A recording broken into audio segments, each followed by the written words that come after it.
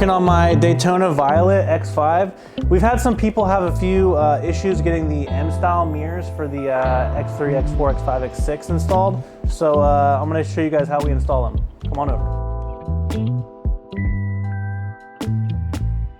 So first thing, we're gonna get the factory mirror off. Here's our factory mirror with the OEM mirror cap removed. There's a little guide right here. You want it to go in this little square first. We want to get the bottom lined up. These mirrors aren't going to install directly as typical mirror does. So with the bottom lined up, you're going to come over to this little part which sticks out and pull it around the mirror housing.